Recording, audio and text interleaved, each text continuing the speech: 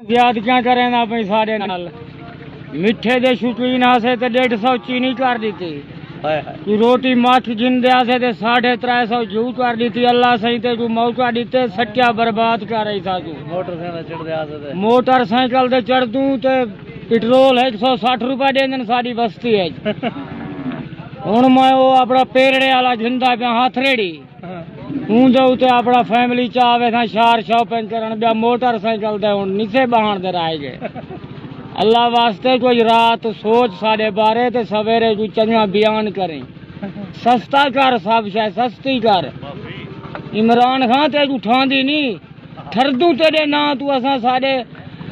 तुसा मैच दे वड्डे हावे लेकिन हुण पता नहीं बनीज गयो क्या थी गयो जो रन्नू बन गयो क्या बन गयो रन्ने दे आके लगाने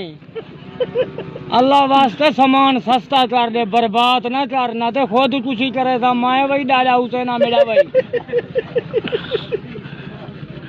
स्प्रे पीना चाहिए मैं दे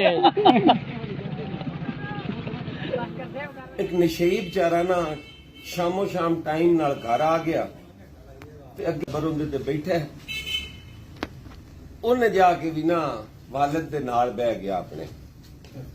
ਜਦੋਂ ਉੱਥੇ ਬੈਠਾ ਹੈ ਤੇ ਇੰਨੀ ਦੇਰ ਵਿਹੜੇ 'ਚ ਕੋਈ ਬੱਕਰਾ ਬੰਨਿਆ ਹੋਇਆ ਸੀ ਉਹ ਬੱਕਰਾ ਖੁੱਲ ਗਿਆ ਤੇ ਉਹ ਵੀ ਕਮਰੇ 'ਚ ਵੜ ਆਇਆ ਹੁਣ ਉਹਦੇ ਨਸ਼ਈ ਦੇ ਵਾਲਿਦ ਨੇ ਨਾ ਬੜਾ ਜ਼ੋਰ ਨਾਲ ਆਖਿਆ ਉਹ ਯਾਰ ਇਹ ਬੱਕਰਾ ਫੜੋ ਤੇ ਇਹਨੂੰ ਬਾਹਰ ਬੰਨੋ ਇਹ ਕਿਤੇ ਵੜ ਆਇਆ ਨਸ਼ਈ ਨੇ ਆਖਿਆ ਵੀ ਯਾਰ ਕਦੀ ਪਿਓ ਦਾ ਹੁਕਮ ਨਹੀਂ ਮੰਨਿਆ ਉਹ ਅਫਰਾ ਤਫਰੀ ਨਾਲ ਉੱਠਿਆ ਨਾ ਤੋ ਲਾਲਟੈਨ ਨੂੰ ਹੱਥ ਲੱਗਾ ਲਾਲਟੈਨ ਵੀ ਟੁੱਟ ਗਿਆ ਹਨੇਰਾ ਹੋ ਗਿਆ ਨੱਸਣ ਲੱਗਾ ਤਾਂ ਲੱਤ ਪਿਓ ਦੇ ਮੂੰਹ ਤੇ ਲੱਗੀ ਹੁੰਦਾ ਦੰਦ ਦੁੰਦ ਬਾਹਰ ਆ ਗਏ ਉਹਨੇ ਕਦੀ ਧੱਕਾ ਦਿੱਤਾ ਉਹ ਸਾਲਣੇ ਹੀ ਡਿੱਗਿਆ ਉਹ ਫੜਕਦਾ ਫੁੜਕਦਾ ਕੋਈ ਗਲਾਸ ਤੇ ਜੱਗ ਉਹ ਟੁੱਟੇ ਇੰਨੀ ਦੇਰ ਚ ਉਹਦਾ ਪਿਓ ਉੱਚੀ ਆਵਾਜ਼ ਚ ਬੋਲਿਆ ਉਹਨੇ ਆਖਿਆ ਯਾਰ